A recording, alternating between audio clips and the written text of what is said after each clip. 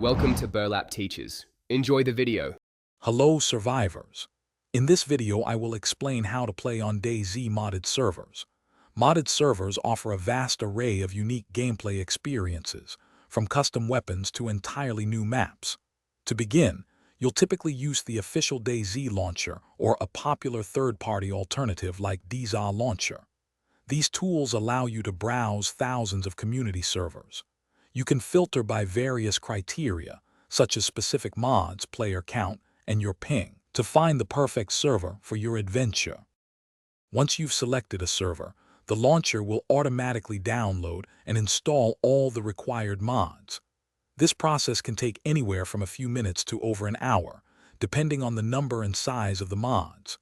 Make sure you have ample free disk space, as some extensive mod packs can consume 20 gigabytes or more. If you experience any issues, a quick restart of your game client often resolves most mod loading problems. Playing on a modded server introduces many new elements. You'll discover custom weapons, unique vehicles, and advanced base building options not found in the base game. It's crucial to understand that each server has its own set of rules and gameplay adjustments. Some might focus on player versus player combat, while others emphasize role-playing or survival. Engaging with the server's community, often through Discord, helps you grasp these unique mechanics.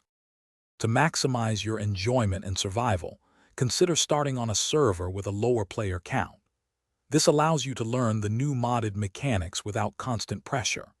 Teaming up with other players or joining an established faction can significantly enhance your experience, providing safety in numbers and shared resources.